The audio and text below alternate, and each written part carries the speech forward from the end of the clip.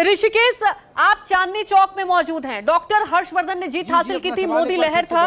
जानना ये चाहेंगे इस बार 7 सीटों का अगर हम समीकरण समझें, इंडिया गठबंधन आज देखिए औपचारिक ऐलान भी हो जाएगा, तो क्या लगता है आपको कि क्या उसका वाकई इंपैक्ट होगा? जनता क्या मुद्दों को लेकर, किन मुद्दों को लेकर प्रायोरिटी देगी?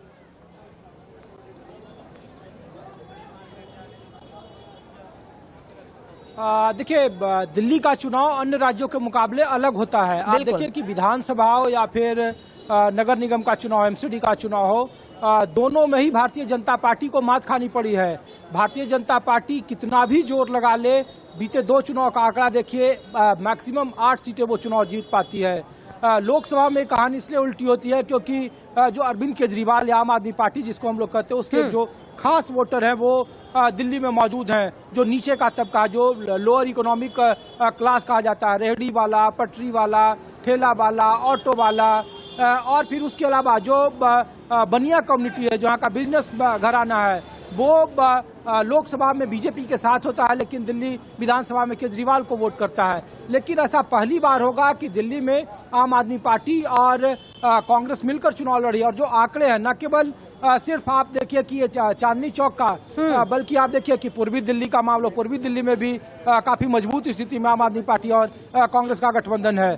जो अंतर रहा है वो भले ही अगर आप अलग अलग वोट शेयर देखें, तो चांदनी चौक बड़ा एक ह्यूज मार्जिन से डॉक्टर हर्षवर्धन चुनाव जीते थे, लेकिन बावजूद इसके लगता है कि जो मुद्दे हैं और बार बार जो परसेप्शन बनाने की कोशिश दिल्ली में बीजेपी की तरफ से होती है, सेंट्रल लीडरशिप की तरफ से होती है, तो यहाँ कम से कम अरविंद केजरीवाल उन मुद्दों को दिल्ली में मुद्दा नहीं बनने देते हैं।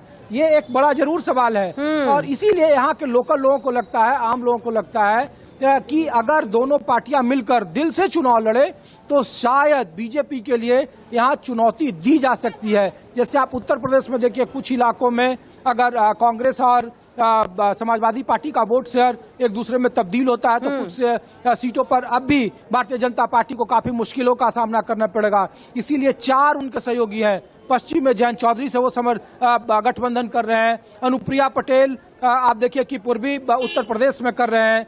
आप बीच में देखिए संजय निषाद, ओम प्रकाश राजभर। अगर बीजेपी इतनी मजबूत होती तो छोटी छोटी पार्टियों को वो चुनाव में नहीं जोड़ती। लेकिन फिर भी हम यहाँ के लोकल लोगों से पूछते हैं, आप यहाँ से लोकल हैं भैया? हाँ, आम आदमी पार्टी और अगर कांग्रेस मिलकर चुनाव लड़ती है तो क्या होगा 24 में? यही हो सकता है कि कांग्रेस आपकी आनी चाहिए। कांग्रेस और आपकी आनी चाहिए? हाँ जी। बीजेपी नहीं। आप कहाँ से भाई? मैं तो यूपी बिजनौर का हूँ मैं। अच्छा। और इस बार मेरे को लगता है 100% क्या लाख करोड़ परसेंट बीजेपी आएगी। हम बीजेपी को सपोर्ट करेंगे और बीजेपी का काफी कुछ किया भी और कुछ करके भी दिखाएगी। आप यहीं से भैया या पंजाब से हैं? पंजाब से। क्या माहौल है इस बार पंजाब का? देखो तुम्हारे सामने यहाँ खराब है माहौल। माहौल खराब है पूरा। वहाँ अगर आम आदमी पार्टी और कांग्रेस अलग अलग चुनाव लड़ेगी तो बीजेपी क्या वहाँ चुनौती दे पाएगी या काली चुनौती दे पाएगा? नहीं, आम आदमी पार्टी। आम आदमी पार्टी। अच्छा, मोदी जीतेगा। मोदी। हाँ? तो ना मोदी जीतेगा। मोदी जीतेंगे। अच्छा, आप लोग यहीं से लोकल हो भाई साहब? हम तो राजस्थान से। राजस्थान का क्या माहौल होगा इस बार? विपक्ष राजस्थान में तो ये बीजेपी है। हनुमान बेनीवाल अगर अलग लड़े चुनाव? नहीं। इधर आओ। हाँ भाई साहब, अब की बार है ना 400 सीटों से ऊपर जाएगी, 400 के पार जाएगी बीजेपी। चांदनी चौक, आप कहाँ रहते हो? हम तो यहीं रहते हैं। यहीं के वोटर हो चांदनी चौक के या दिल्ली के? कोई दिल्ली में वैसे तो हम दिल्ली गई हैं। दिल्ली गई है। आम आदमी पार्टी और कांग्रेस मिलकर लड़ेगी तो बीजेपी को चुनौती है या एक तरफा? बीजेपी को कोई चुनौती नहीं है। अब की बार है ना प्रचंड बहुमत के साथ बीजेपी आ रही है और वो भी 400 के पार। अरे दिल्ली में तो ऐसे 7 की 7 सीटें बीजेपी के पास है भाई। तो कोई बात नहीं, अब लोकसभा के चुनाव आने वाले हैं ना, तो लोकसभा का ही तुम्हें? हाँ, तो लोकसभा आप देख लेना, रुझान तो आप सबके सामने आ ही ना जाएगा। लोकसभा के आने के बाद रुझान तो आपके सामने चाचा अब की बीजेपी सबको फेल कर देगा। रामलला को लेकर हजारों साल बाद। जो राम को लेकर आए हैं ना, जो राम को लाया है, हम उनको लेकर आने वाला है और कोई नहीं लाया है। जो राम को लाया हम उनको लेकर आएंगे। लोकल आप लोग हैं? हाँ जी, बताओ। आप लोकल हैं यहाँ से? हाँ जी, लोकल। जो नीतीश को लाए हम उनको लेकर। अरे रुक जा यार, कहाँ से आप? मैं यूपी से हूँ। कौन से जिला से? मेरठ। क्या माहौल है इस बार विपक्ष के लिए लोकसभा चुनाव में? देखो जी, जो जनता के लिए हित के काम करेगा उसके सपोर्ट में जनता है। जो जनता चाहेगी वो ही हो सकता है। अरे घुमा के नहीं बोलो यार, कौन भारी है? समाजवादी पार्टी कांग्रेस वहाँ मुकाबला दे पाएगी या बीजेपी का एक तरफा है? तो देश में तो वो राज्य स्तर की पार्टी है, समाजवादी पार्टी जो है। ये जो है जिसका बीजेपी कह रहे हो, ये पूरे भारत ये प्रधानमंत्री के चुनाव है, उसमें सपा का कोई रोल नहीं है। ऋषिकेश, जरा दिल्ली के वोटर से आप ये भी समझने की कोशिश करें, अगर आप मेरा सवाल सुन पा रहे हैं तो। ठीक है, राम मंदिर एक मुद्दा है, लेकिन दिल्ली वालों के लिए क्या बड़ा मुद्दा है?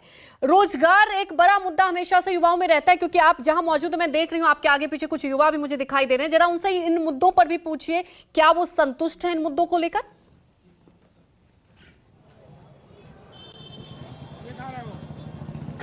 मैं कोशिश करता हूं कि कुछ लोगों से बात कर पाऊं, क्योंकि ये कमर्शियल हब है, मैनचेस्टर कहा जाता है ये। जी बिल्कुल। उत्तर भारत का कम से कम जो चांदनी चौक का इलाका है, तो यहाँ पे आमतौर पर ज्यादा बाहर के लोग यहाँ आते हैं। इसीलिए मैं कोशिश करता हूँ कि यहाँ के जो लोकल लोग हैं उनसे बात करूँ और ये जानने की कोशिश करूँ कि वाकई दिल्ली वालों के लिए कोई मुद्दा है या फिर वाकई उनके लिए कुछ अलग तरीके की चीजें हैं।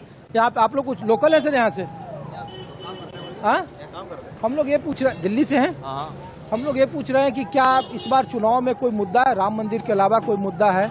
आम आदमी पार्टी और कांग्रेस के मिलकर चुनाव लड़ने की चर्चा है दिल्ली में, तो क्या होगा माहौल? बीजेपी को क्या मुकाबला दिया जा सकता है, नहीं दिया? देखो जी, राम मंदिर बनाने की वजह से तो सब हिंदू सब तो मोदी को ही सपोर्ट करेगा।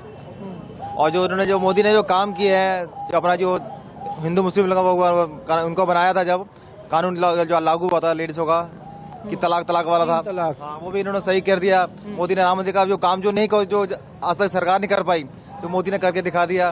ठीक है, और जो कश्मीर में जो हुआ था दिल्ली में यही मुद्दा है आपका? बिजनेस, बेरोजगारी, महंगाई, जीएसटी, ये सब है जिसके लिए आप लोग बराबर अप्रोच करते हो कि सरकार ये कर दिया, सरकार ये कर, ये मैं मुद्दा से पूछ रहा हूं। मुद्दा ये है कि अगर ये सरकार तो हर कोई भी आएगी, अगर जीएसटी वगैरह लगाएगी तो हर सरकार को बोला जाएगा, लेकिन जो बीजेपी कर रही है वो बहस करने का।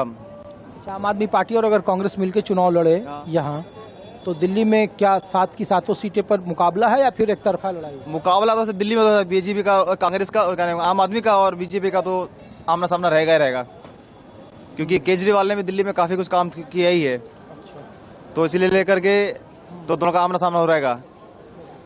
आप लोग यहीं से भैया लोकल हो, कहाँ रहते हो? हाँ, तो ये बताओ कि आम आदमी पार्टी और कांग्रेस अगर मिलकर चुनाव लड़े लोकसभा का, तो क्या माहौल होगा बीजेपी के खिलाफ?